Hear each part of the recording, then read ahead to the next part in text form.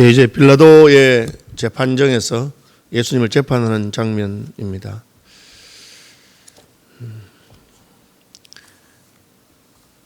빌라도가 이제 제일 처음에 물어보는 게 예수님의 신분이죠. 보통 법정에 가면은 처음에 물어보는 게 이름이 뭐냐, 직업이 뭐냐 이렇게 물어보거든요. 그래서 이름은 예수고 유대인의 왕이 맞느냐, 유대인의 왕이다 그렇게 대답합니다. 이름이 뭐냐, 정경심입니다. 직업은 뭐냐, 동양대 교수입니다. 그렇게 하는 거죠. 그래서 예수님께서 빌라도가 확인한 너 유대인의 왕이냐 그렇게 물었을 때 그냥 유대인의 왕이라고 하신 것입니다. 그것은 왕정 시대의 왕이 백성들의 모든 것을 대리하고 대표하는 그런 것이기 때문에 대표자로서 그렇게 한다 그 뜻이겠죠. 그리고 이제 고발하는 사람들이 예수님을 고발하죠. 유대인의 대제사장들과 장로들이 고발하는데 이게 아주 특이하잖아요. 자기들의 왕을 자기들이 백성들이 고발하는 그런 장면입니다. 우리는 이 대제사장들과 장로들이 왜 예수님을 로마의 법정에 고발했는가? 그냥 자기들이 재판하면 안 될까요? 율법이 있으니까 율법으로 할 수 있죠. 세례요한은 헤롯을 바로 하나님 말씀으로 정죄하죠. 형제 아내를 취하는 것이 옳지 않다 그렇게 말하고요. 실제로 유대 제사장들이 그 앞에 우리 앞장에 65절 66절에 보면은 네가 찬송받으실 자의 아들이냐 하나님의 아들이냐 이렇게 물을 때 예수님이 맞다 내가 하나님 아들이다 그렇게 말하니까 더 무슨 재판하겠느냐. 신성 모독이기 때문에 재판할 필요가 없다. 이제 자기가 하나님 아들이라 한다. 그리고 이런 경우에 판결이 뭐냐, 사형이다 그렇게 했어요. 그러면 자기들이 믿고 옳다고 생각하는 대로 율법에 따라서 재판하면 되잖아요. 그럼 로마는 식민지하의 나라들의 종교를 인정하기 때문에 가나마다가 현장에 잡힌 여자를 돌로 때려 죽이려고 끌고 왔어요. 그리고는 예수님을 보고 이 여자를 어떻게 해야 되느냐. 그래서 예수님 만약에 사형이다 했으면 돌로 때려 죽였을 거예요. 그렇게 해놓고는 왜 예수님에 대해서는 자기들의 율법에 따라서 이놈이 신성 모독을 했으니까 돌로 때려 죽여라 라든지 그렇게 하지 않고 로마 법정에 데려왔다. 이 빌라도는 로마 황제의 대리인입니다. 황제의 대리인이고 그래서 빌라도가 당신이 재판해라 그렇게 한 겁니다. 이제 자기들 스스로 하나님의 법정보다 세상의 권력을 잡고 있는 그 법정의 권위를 인정하고 호소하는 그런 게 되는 거죠. 바울이 성도들 간에 송사를 하지 말아라. 성도들이 하지 말아라 한 것은 세상 법정에서의 어떤 판단을 구하는 것보다 하나님 앞에서의 판단이 더 두렵다는 것을 말한 것입니다. 그래서 교회가 오늘날 성도들을 재판한다 할 때 할 수 있는 게 뭐가 있겠습니까? 출교죠, 출교. 너는 이제 예수 믿는 사람이라 하지 마라. 우리는 너를 더 이상 예수 믿는 사람 인정하지 않겠다. 그게 끝이거든요. 근데 그걸로 만족이 안 되면 세상 법정에 가서 호소하는 것이죠. 예수 믿는 사람들은 하나님의 법정에서의 재판받는 것이 훨씬 더 두려운 것을 알아야 되죠. 그런 마음이 없으면 믿음의 사람들이 아니죠. 하나님의 법정에서의 판결에 대해서 보다는 세상 법정에서의 판결을 구하고 가이사에게 가서 가이사가 판결하는 대로 이 사람을 재판해 주길 바란다. 그게 굉장히 특이하죠. 이게 이율배반이라는데 이름은 대제사장이고 이름은 유대의 장로들이지만 그들은 하나님의 법정 앞에서 하나님이 무엇이라고 말씀하시는 거야. 하나님의 율법을 가지고 판단하고 그렇게 하지 아니하고 그냥 가이사에 들어가고요. 오늘 본문에 안 나오지만 공간복음을 비교해 보면 빌라도가 뭐 재판 이런 건은 종교적인 건이고 너희들이 알아서 해야지 왜 나한테 데려왔느냐 할 때 그 빌라도를 몰아붙인 게 뭐냐면은 우리에게는 다른 왕이 없다. 아니 그놈이 유대인이 왕이라 안 했느냐. 우리에게는 황제 외에는 다른 왕이 없다. 황제가 세워지지도 않았는데 황제는 지금 유대를 몇 나라로 나누어가지고 분봉왕이라 그래가지고 이렇게 갈라놨는데 무슨 당신이 만약에 스스로 자기 스스로 유대인이 왕이라고 하는 저 사람을 재판하지 않으면 로마 황제된 충신이 아니다. 그렇게 해가지고 빌라도가 할 수 없이 재판하도록 만드는 그런 일이 있었습니다. 그래서 우리가 그 대제사장이라고 한다고 해서 서기관이라고 한다고 해서 혹은 장로들이라고 한다고 해서 하나님 앞에서 바로 하는 게 아니구나. 이 사람들이 대제사장이니까 서기관이니까 장로들이니까 하나님의 율법을 따라서 백성들을 지도하고 비록 지금 나라는 빼앗겨서 그래 있어도 우리가 하나님의 말씀 앞에서 어떻게 살아야 하는가 하는 것을 말해야 되는 것입니다. 교회에서 가장 두려운 판결이 무엇입니까? 교회의 판결이죠. 교회가 그것은 잘못된 것입니다 하면은 우리가 받아들이고 회개하고 고쳐야 되고 계속해서 그 판결을 듣지 않으면 교회가 당신 그렇게 되면 출교하겠다. 그거는 더 이상 하나님 백성이 아니라고 판단하는 굉장히 두려운 판결입니다. 그런데 오늘날은 뭐 교회가 뭐 출교하든지 말든지 뭐 넌 딴 교회 가면 되고 뭐 이런 식으로 얘기하고 그건 아무것도 아니라고 그렇게 생각하는 것은 이미 우리가 하나님의 권위, 하나님의 법정에 대한 권위를 우습게 보았다는 것이죠. 예수님은 이제 이름을 물어보니까 신분을 물어보니까 대답했어요. 누구냐? 유대인의 왕 예수 맞느냐? 맞다. 죄인이 누군지 먼저 피고인에 대해 확인하는 거죠. 그 다음에 뭘 합니까? 고발합니다. 그런데 수많은 고발을 했어요. 그래서 저 고발에 대해서 한마디 해봐라. 변호해라. 그렇게 하니까 예수님 대답 안 해요. 자기 변호를 전혀 하지 않습니다. 법정에서 변호를 하지 않으면 그것을 인정하는 것처럼 될 가능성이 많습니다. 저 사람이 너를 보고 사기꾼을 하는데 너 뭘 하느냐? 이런 사기를 쳤다는데 저 그런 적 없습니다. 그때 딴 데 있었습니다. 뭐 이렇게 해야 되는데 대답 안 하니까 그러면 그걸 인정하는 것 같이 될 가능성이 많죠.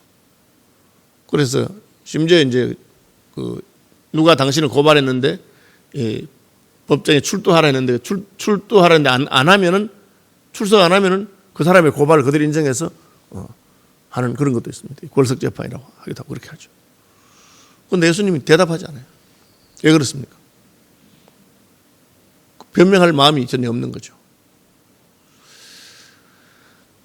유대의 지도자들이 자기들의 종교 재판보다 이 땅에서 더 높은 가이사의 재판, 가이사를 대리하는 그 재판을 하잖아요. 예수님이 뭐라 하셨냐면 제사장이 물을 때 인자가 권능의 우편에 앉는 것을 볼 날이 있을 것이다.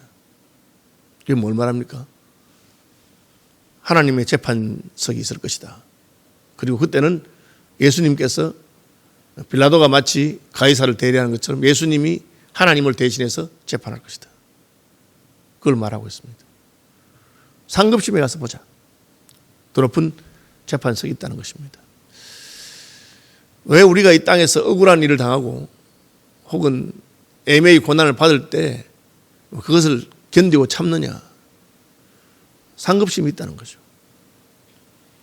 지금은 로마가 세계를 통치하는 로마 황제의 힘이 가장 셉니다. 심지어 대제사장들조차도 영악하게 그걸 알기 때문에 빌라도가 재판해 주길 바란다. 그렇게 말했습니다. 땅에서는 빌라도의 재판이 끝이에요. 만약 예수님이 로마의 시민이라면 로마의 시민이었으면 황제 앞에서 상소할 수 있습니다. 그런데 로마 시민이 아닌 사람은 유대인인 식민지의 사람들은 그 식민지 총독의 재판이 끝입니다. 실제로 바울은 로마 황제에게 항소하죠. 그리고 황제 앞에 가서 자기의 변호를 하는 것을 알 수가 있습니다. 그리스도인들에게서 최후의 심판은 어디 있습니까? 하나님 앞에서의 심판이죠. 하나님 앞에 항소할 수 있습니다. 우리는 하나님 백성이기 때문에. 그리고 그 심판에서는 하급심의 모든 결정이 번복될 수 있습니다. 실제로 예수님에 대한 재판에 대해서 하나님의 법정에서는 어떤 판단을 했습니까? 사형이다. 십자가 못 박아 죽여라. 흉악한 죄인이다. 하나님은 그가 억울하게 죽었다. 그는 죄가 없는 자로서 죽었다. 그렇게 판결한 것입니다. 이제 재판을 잘못하게 되면 어떻게 됩니까? 손해배상을 해줘야 돼요. 그러니까 지금도 과거에 무슨 재판이 잘못되었다. 그래서 계속해서 이제 독재 정권 시대에 무슨 재판 잘못해서 손해를 봤다 해서 그에 대한 보상을 해주도록 그런 특별법이 제정되기도 하고 다 합니다. 그런데 죽은 건 어떻게 보상합니까? 그래서 하나님께서 하신 것은 무엇입니까? 다시 살리신 것입니다. 하나님께서 왜 그 대제사장들의 법정과 빌라도의 법정에서의 예수를 사형하고 처형한 것이 틀린 것이죠. 예수님 그걸 알고 계십니다. 그러니까 세상에서의 법정에서 우리가 억울한 일을 당하고 애매한 일을 당할 때 너무 그렇게 낭망할 것이 아닙니다. 왜? 아직 끝이 안 났기 때문에. 그래서 세상에서 너희가 고난을 당하나 두려워하지 말아라. 염려하지 마라. 하나님께서 다 가지고 계신다. 예수님께서는 예수님의 이 법정에 있어서의 그것을 하나님이 뒤집을 수 있는 것을 아셨습니다. 그러니까 변명할 필요가 없습니다. 왜? 변명한다고 해서 그 판결이 바뀌어지는 거 아닙니다. 왜? 이미 빌라도는 예수가 죄가 없는 것을 알고 있습니다. 오늘 본문에도 그렇게 되어 있어요. 빌라도는 지금 제사장들이 시기하는 마음은 시기하기 때문에 예수님을 그렇게 했다는 걸 알았어요. 그래서 뭐라고 하느냐? 타협하자. 이걸 그냥 그런 식으로 하지 말고 정치적으로 타협하자. 그래서 내가 바라바라고 하는 죄인이 있는데 명절이 되면 내가 특사를 해주는데 지금 6월절 명절 아니냐? 특사를 할 테니까 이 둘 중에 하나를 택해라. 바라바를 택할 것이냐? 예수를 택할 것이냐? 왜 바라바를 했느냐? 바라바는 모든 백성들이 그놈이 다 나쁜 놈인 줄 아는 거예요. 우리가 언론을 장식하는 아주 나쁜 사람. 최근 같으면 누굽니까? 조주빈이. 그런 누가 봐도 저놈은 나쁜 놈이다. 그러니까 그 사람을 특사해 줄 것이냐? 예수를 특사해 줄 그렇게 물어본 겁니다. 누가 생각해도 당연히 조주빈이를 특사해 줄 수는 없지 않느냐. 만약에 문재인 대통령이 조주빈 특사했다. 그러면 백성들의 저항이 만만치 않을 것입니다. 그런데 너무나 엉뚱하게도 조주빈 살려라. 바라바를 살려주고 예수를 십자가에 못 박아라. 그렇게 백성들이 외치게 됩니다. 그러니까 빌라도가 뭐랍니까? 나는 손 털겠다. 그렇게 하고 손을 털죠. 왜? 군중들이 외치니까. 이게 지금 그 빌라도의 재판이 로마 법에 따르거나 우리가 생각하는 상식이나 정의 감정에 따라서 한 게 아닙니다. 뭘 따라합니까? 백성들이 외치니까. 인민재판 했다는 거죠. 백성들이 예수를 십자가에 못 박아라. 바라바를 살려라. 어떻게 바라바를 살려 할 수 있느냐? 좋다 그러면 예수를 보고 예수는 어느 정도 매매 때 때리고 태형 정도로 하면 되겠느냐? 그렇게 물으니까 십자가에 못 박아 죽이십시오. 그렇게 백성들이 외치는 것입니다. 뭘 보여줍니까? 여러분 온 천하가 다 들어서 과음을 지른다고 해서 그것이 힘이 있는 것이 전혀 아닙니다. 옳은 것도 아닙니다. 빌라도는 백성이 원하니까 나는 백성이 원하는 대로 해주었다 하고는 손을 씻었어요. 하나님께서 똑같이 빌라도에게 당하게 하셨습니다. 지금도 천천만만의 그리스도인들이 신앙 고백할 때마다 본디오 빌라도에게 고난을 당했다. 죄 없으신 예수를 본디오 빌라도가 십자가에 못 박았다. 본디오 빌라도의 고난을 받아 십자가에 못 박혀 죽으시고 그렇게. 그러면 빌라도가 예수님이 죄가 없다고 자기가 판단했음에도 불구하고 군중들이 죽여라 해서 했으니까 우리에게 주는 교훈은 무엇입니까? 여러분 많은 사람이 외친다고 해서 그리스도인이 그 따라가면 절대 안 됩니다. 그죠? 수많은 사람들이 모여서 과음을 지르면서 이게 옳다 이렇게 해달라 그건 전혀 변명이 되지 않습니다. 만약에 하나님이 천군과 천사를 동원해 가지고 그러면 더 큰 소리로 말하면 어떻게 되겠습니까? 오늘날도 이 숫자를 가지고 자기의 힘을 과시하려고 하는 것은 이단들입니다. 여러분 보시면 신천지랜드 보면은 사람들 줄 세워서 쫙 모아놓고 그 잠실 스타디움 같은데 수만 수십만 동원해 가지고는 우리가 이렇게 힘이 있고 우리가 옳다 그렇게 말하는 것입니다. 옳습니까? 옳지 않습니다. 그리고 그것을 따라서 선택했기 때문에 나는 손을 씻었고 너희들이 원하는 대로 해줬다. 할 수 있느냐? 할 수 없습니다. 예수님의 재판에 대해서 세상 법정이나 세상 사람들이 생각하고 판단하는 것을 합니다. 오늘날도 마찬가지입니다. 법은 그 법률을 따라서 법 정신을 따라서 해야 되는데 심지어 재판정에서도 이 정치적인 판단을 합니다. 그것을 이제 비판하는 사람 사법농단이다. 그렇게 말하는 거죠. 그러면 하나님의 법정에서 뒤집어질 것입니다. 실제로 예수님을 그렇게 해서 사형에 언도했는데 하나님 뒤집으셨습니다. 어떻게? 그 판결이 잘못됐으니까 손해배상해줘라. 죽인 사람은 어떻게? 그래서 하나님 살리신 것입니다. 그 판결이 틀린 것을 증언한 것이죠. 우리는 하나님의 재판정에 설 사람들입니다. 우리의 행동이라든지 또 우리의 판단이 하나님의 판단과 다르면 뒤집어집니다. 그걸 잘 생각해 볼 필요가 있습니다. 사람이 자기를 구원하러 오신 구주를 십자가에 못 박습니다. 우리가 어떻게 이 군중처럼 나의 감정이나 이런 걸 따라서 하면 안 됩니다. 여러분 기도 많이 해야 되고 저는 오늘날 시대가 얼마나 복잡한 시대인지 모르겠어요. 국회의원 선거가 있는데 제가 이제 후보들을 보고 하면서도 참 이 판단이 쉽지 않다는 걸 생각하고 하나님 앞에서 물어보고 기도하시고 그렇게 해야 됩니다. 또 우리 교회도 이제 5월 달 되면 장로님들 투표되는데 진짜 그냥 그걸 분위기에 따라서 한다든지 그렇게 하는 건 아닙니다. 왜? 우리가 믿는 메시아 예수를 유대인들이 그렇게 죽였습니다. 그렇게 해서 그릇된 재판하게 한 것을 생각하고 우리의 판단과 판결이 하나님 앞에서 어떤 판단을 받을 것인가. 하나님의 재판장에서 다 뒤집어지면 얼마나 창피하겠습니까? 잘 돌아보는 아침이 되기를 바랍니다.